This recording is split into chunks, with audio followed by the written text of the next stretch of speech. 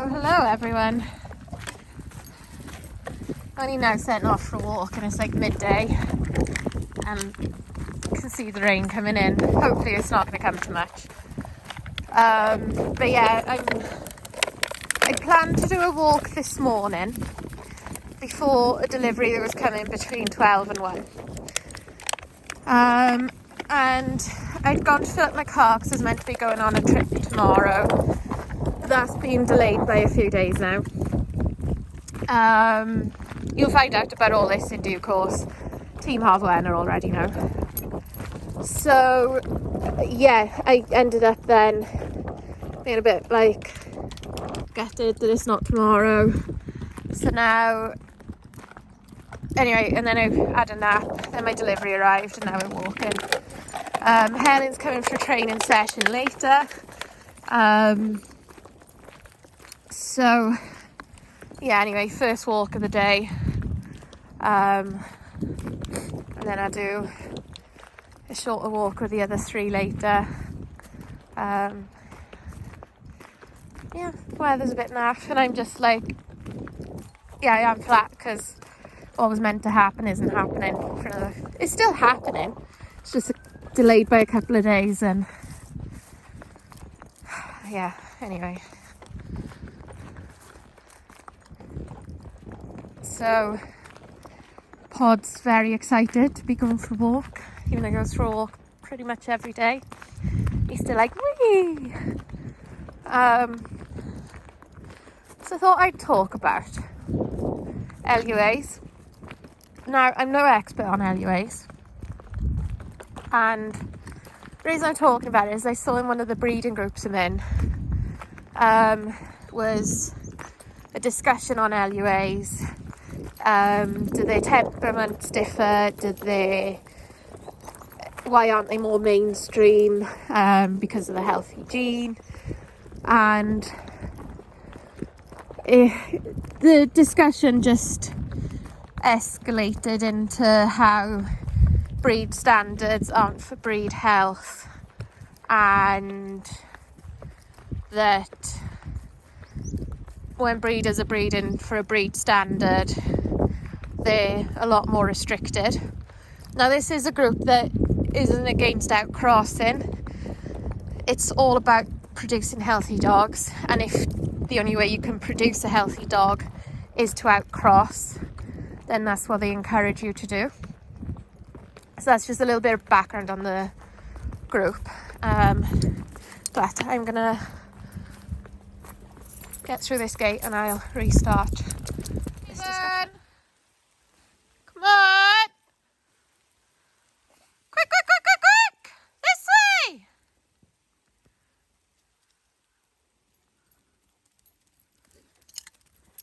Pumpkin, Raven, now!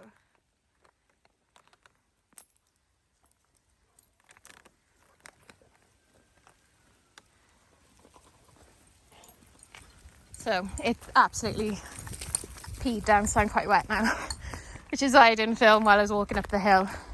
Not only that, I was on the phone. So LUAs. The obvious one to say is spotting. Now, in this group, the majority of the members, from what I can see, are American, and I haven't seen or studied or looked for a lot of the American LUAs.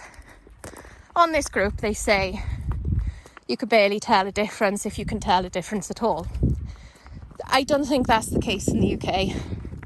I think you can always tell. And there are some that are better than others. And there are some HUAs that indeed have spots a bit more like LUAs, because sometimes genes are just a bit funky that way. But in the UK, the spots aren't round. You might get a few that are roundish, but they're not all round. They don't tend to have the same pigment. And they have, I think, what the LUA people call frosting, which means that it's just not quite the same colour. There might be one spot that just is lighter then the other spots are a few spots in that area that are lighter than the other spots on the same dog. Now I know spots are just decoration. They don't interfere with the function of the dog, but the whole point of a Dalmatian, or the main distinguishing feature of a Dalmatian versus another dog is the spots.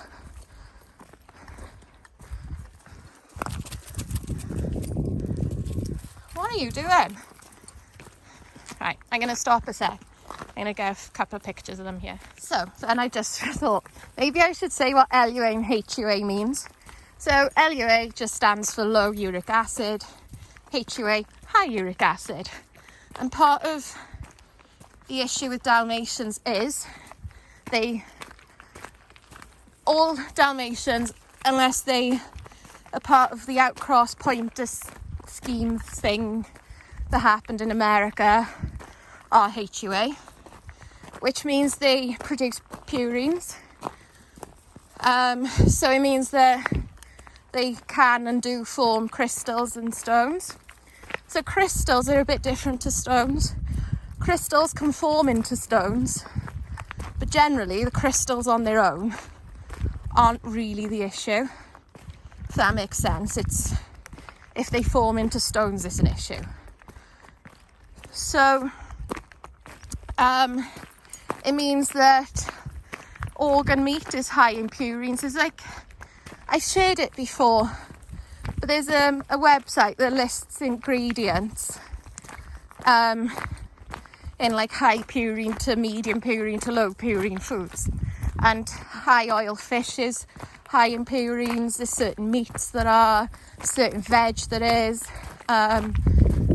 So it means like you got to be a little bit more careful with their diets.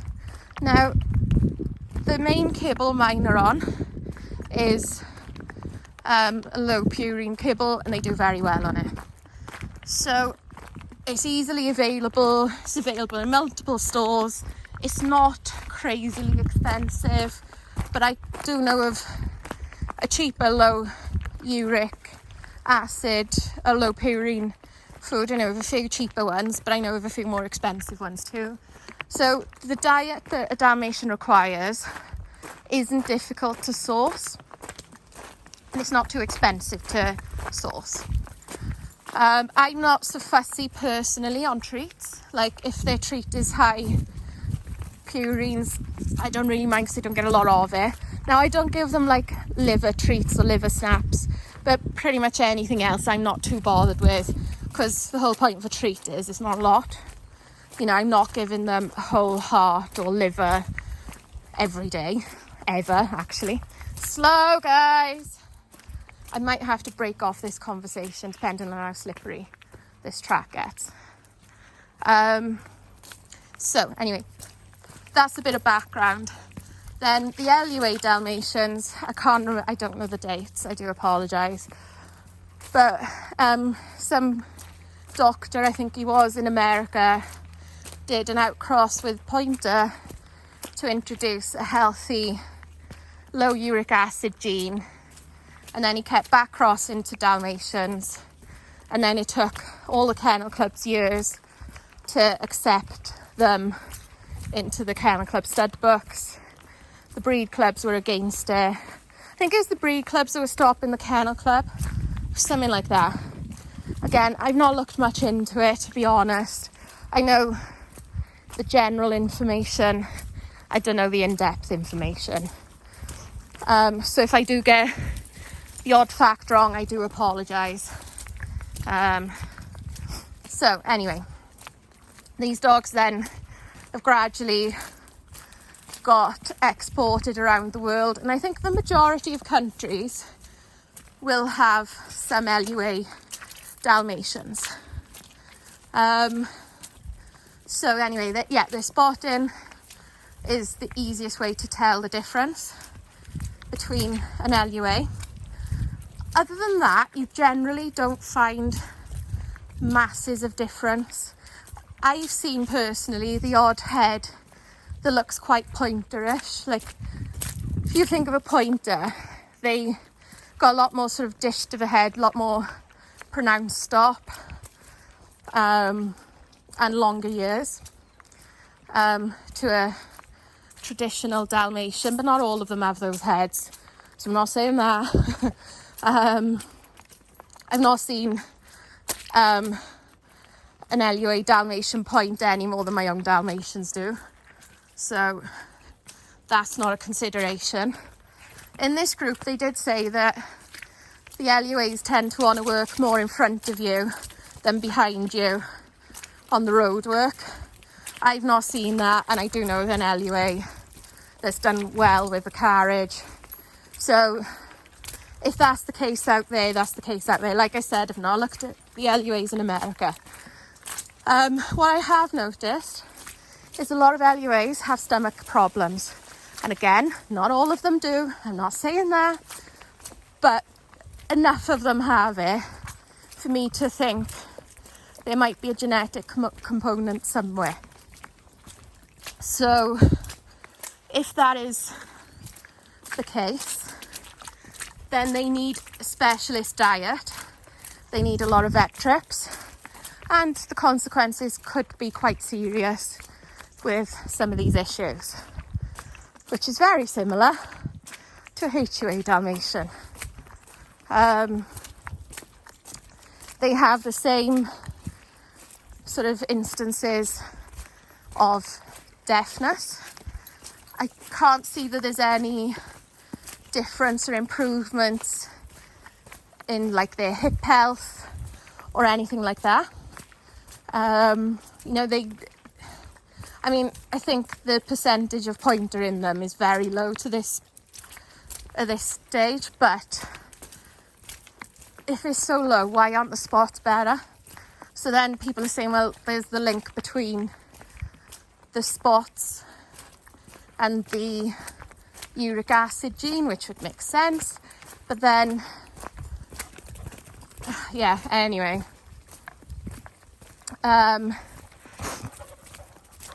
So for me, the odd pointer head creeping in, while very pretty, isn't the most correct thing. I didn't notice a difference in temperament. Like, I know of a kennel in the UK and they have quite reactive dogs, and it's an LUA kennel, but that's nothing to do with the LUA. That's just breeding for one gene only and not prioritising other things, personally, in my opinion. Everybody breeds differently, and it's none of my business what people do in their own kennel. But when you frequently have those dogs reacting at your dogs, it's just a thing. I see one of those dogs now and I steer my dogs away if I can, because they're all the same.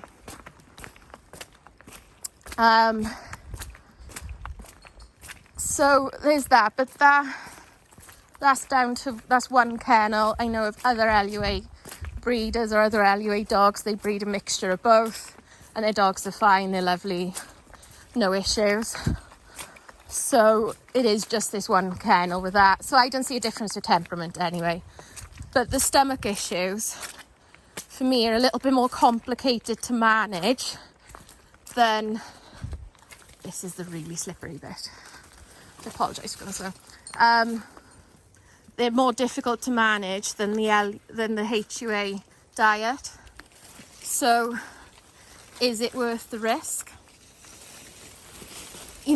If the HUA Dalmatians always have water, are allowed to empty their bladders frequently, at the very least, say every 3 hours, 2 to 3 hours in the day, then they're fed an appropriate diet, like vast majority of people avoid issues.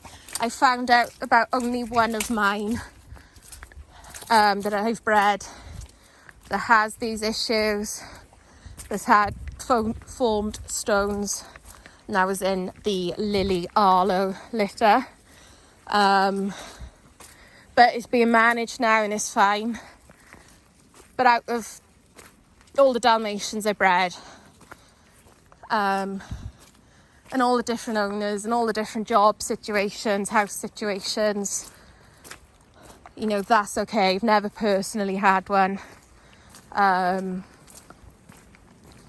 So yeah, I think all this owner's really done since is manage his diet even more carefully. You know, being a little bit stricter on not letting the odd treat slip in. But yeah, it was an interesting discussion and thought. And, you know, every breeding decision has a lot of components behind it that you can't always see. So, you know, if I could look in a crystal ball and see that one Dalmatian out of this combination would form stones, or one Dalmatian out of this LUA, HUA combination would get stomach issues, and then out of the different combination it wouldn't, I think things would be different, but nobody has that sort of crystal ball for any breed. And there's a hell of a lot that DNA testing, gene testing doesn't cover, and probably never will.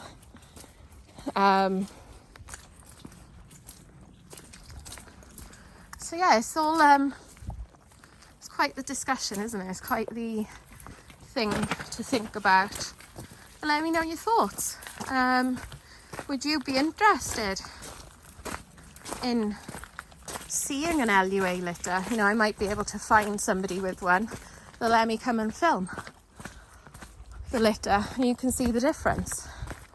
Or somebody with an LUA dog that might let me come and film the dog.